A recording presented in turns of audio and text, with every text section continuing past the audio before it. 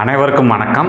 இது யூகேவி தமிழா. கல்வி சம்மந்தப்பட்ட தகவல்களை நம்ம சேனலில் தொடர்ச்சியாக கொடுத்துட்டு வரோம். அதே மாதிரி ஜேஇஇன்னு சொல்லக்கூடிய ஜாயிண்ட் என்ட்ரன்ஸ் எக்ஸாம் சம்மந்தப்பட்ட தகவல்களையுமே கொடுத்துட்டு வரோம். இப்போ 2025 வருடத்திற்கான ஜேஇஇ மெயின்ஸ் செஷன் 1ங்கிறது கம்ப்ளீட் ஆயிடுச்சுங்க. நம்மளுக்கு 30ஆம் தேதியோட எக்ஸாம் எல்லாம் முடிஞ்சது. இப்போ செஷன் 2க்கான அப்ளிகேஷனுங்கிறது ஓப்பன் ஆகியிருக்குது. அது என்னையிலேருந்து ஓப்பன் ஆகியிருக்குன்னு பார்த்தீங்கன்னா பிப்ரவரி 1ஆம் தேதியிலேருந்து ஓப்பன் ஆகிருக்கு. இது அப்ளை பண்ணுறதுக்கான கடைசி தேதியாக பிப்ரவரி 25ங்கிறது கொடுத்துருக்குறாங்க.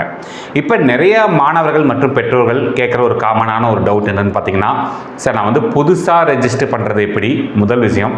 ரெண்டாவது பார்த்தீங்கன்னா ஆல்ரெடி நான் செஷன் 1 அப்ளை பண்ணிட்டேன், எழுதிட்டேன். இப்போ செஷன் 2ல் என்ன பண்ணுறது, எப்படி நான் திரும்பவும் புதுசாக அப்ளை பண்ணணுமா, இல்லை ஆல்ரெடி இருக்கிற அப்ளிகேஷனை யூஸ் பண்ணால் போதுமா அப்படிங்கிற மாதிரி கேட்டிருந்தாங்க. அவங்களுக்கான ஒரு விளக்கமாக தான் இந்த வீடியோங்கிறது இருக்க போது. முழுமையான தகவல்கள் வேணுங்கிறவங்க இந்த வீடியோவை ஸ்கிப் பண்ணாமல் பாருங்கள்.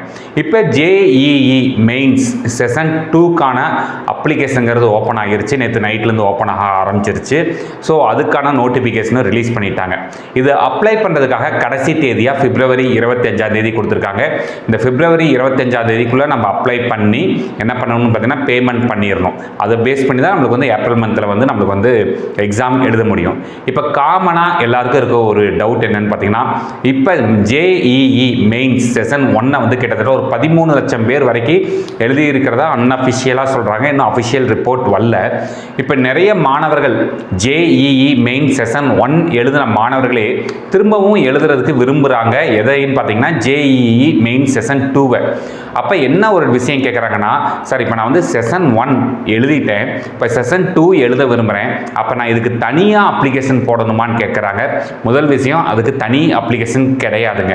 நீங்கள் செஷன் 1க்கு என்ன அப்ளிகேஷன் போட்டிங்களோ அதே அப்ளிகேஷன் தான் செஷன் 2க்கும்.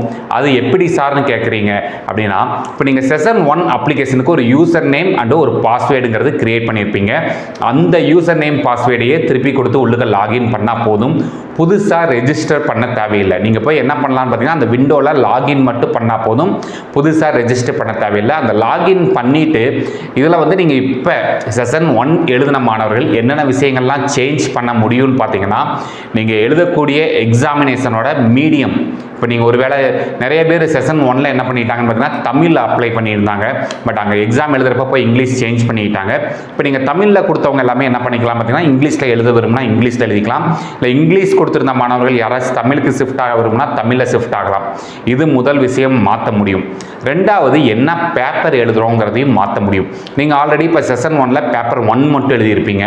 ஒருவேளை இப்போ உங்களுக்கு என்ன தோணலாம்னு பார்த்தீங்கன்னா, ஓகே சார் நான் பிஆர்க்கும் ட்ரை பண்ணுறேன், பி பிளானிங்கும் ட்ரை பண்ணுறேன், இப்போ பேப்பர் 2 அண்ட் பேப்பர் 2A எழுத விரும்புகிறோம் அப்படிங்கிற பட்சத்தில் நம்மளால் அங்கேயுமே அந்த பேப்பர்ஸையுமே இந்த டைம் எழுத முடியும். அப்போ நீங்கள் போய் அந்த கோர்ஸ் செலெக்ஷன், கோர்ஸுங்கிறது பேப்பர் செலெக்ஷனை தான் சொல்கிறாங்க.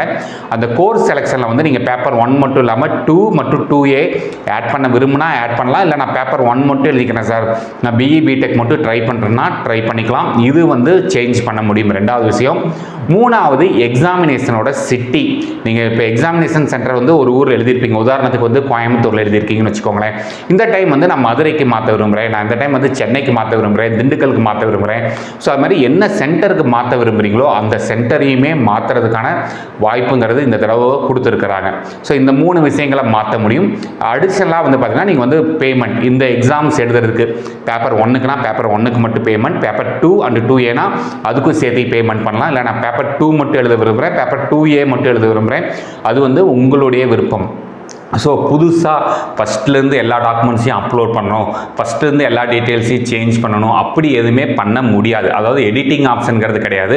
எடிட்டிங் ஆப்ஷன் 3 விஷயம்தான். ஒன்று, கொஸ்டின் பேப்பரோட மீடியம், எக்ஸாமினேஷன் சென்டர், என்ன பேப்பர் எழுதுறீங்க, இதை மட்டும் தான் மாற்ற முடியுமே தவிர்த்து உங்களுடைய ஃபஸ்ட்டு சில பேருக்கு பார்த்தீங்கன்னா பேர் தப்பாக கொடுத்துருந்தோம், ஆதார் கார்டில் இப்போ சேஞ்ச் பண்ணியிருக்கேன் சார், இப்போ 10th மார்க் ஷீட்டில் சேஞ்ச் பண்ணியிருக்கேன் அப்படிங்கிற டீட்டெயில்ஸ்லாம் இப்போ சேஞ்ச் பண்ண முடியுமான்னு கேட்டால் என்னை பொறுத்த வரைக்கும் சேஞ்ச் பண்ணுறதுக்கான பாசிபிலிட்டி இல்லை. இந்த 3 தகவல்கள் மட்டும் தான் மாற்ற முடியும் இருக்காங்க. இப்போ ஒரே ஒரு விஷயம் தான் நீங்கள் பண்ணணும். என்னன்னு பார்த்தீங்கன்னா, செஷன் 1 அப்ளிகேஷனுக்கு என்ன யூசர் நேம் பாஸ்வேர்டு கொடுத்தீங்களோ அதே யூசர் நேம் பாஸ்வேர்டு தான் இங்கே யூஸ் பண்ண போகிறீங்க. புதுசாக ரெஜிஸ்டர் பண்ணாதீங்க. ஏன்னா நிறைய பேர் என்ன பண்ணாங்கன்னா, சார் செஷன் 1ல் நான் சில டீட்டெயில்ஸ்லாம் தப்பாக கொடுத்துட்டேன், அதை நான் புதுசாக என்ன பண்ணுறேன்னா நான் ஃப்ரெஷ்ஷாக அப்ளிகேஷன் போட முடியுமான்னு கேட்குறாங்க. ஃப்ரெஷ்ஷாக அப்ளிகேஷன் ஏற்றுக்காது. ஏன்னா ஆல்ரெடி அங்கே வந்து ஆதார் வந்து நம்மளுக்கு வந்து லிங்க் ஆகியிருக்கு. அதனால் திரும்பவும் நீங்கள் ஒரு ரெஜிஸ்ட்ரேஷன் கொடுத்து புதுசாக பண்ண ட்ரை பண்ணாலும் ஆதார் வந்து லிங்க் ஆகாது. ஸோ அப்போ வந்து அப்ளிகேஷன் வந்து 2வது அப்ளிகேஷன் போட முடியாது. ஒரு மாணவர் பெயரில் ஒரு அப்ளிகேஷன் தான் கொடுக்கணும்னு இருக்காங்க. ஸோ இதை வந்து நீங்கள் வந்து பிப்ரவரி 25ஆம் தேதிக்குள்ளே அப்ளை பண்ணுங்கன்னு சொல்லியிருக்கிறாங்க.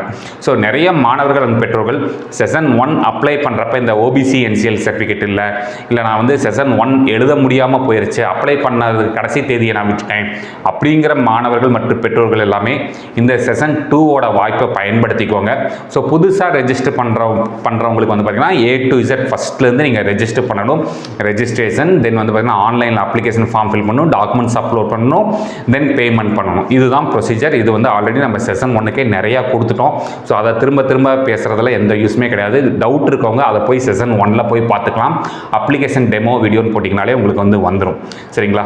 ஸோ செஷன் 1 எழுதினவங்க நீங்கள் இந்த வாய்ப்பை பயன்படுத்திக்கோங்க. செஷன் 1 எழுதினவங்க திரும்பவும் கூட ஒரு தடவை எழுதி பாருங்கள்.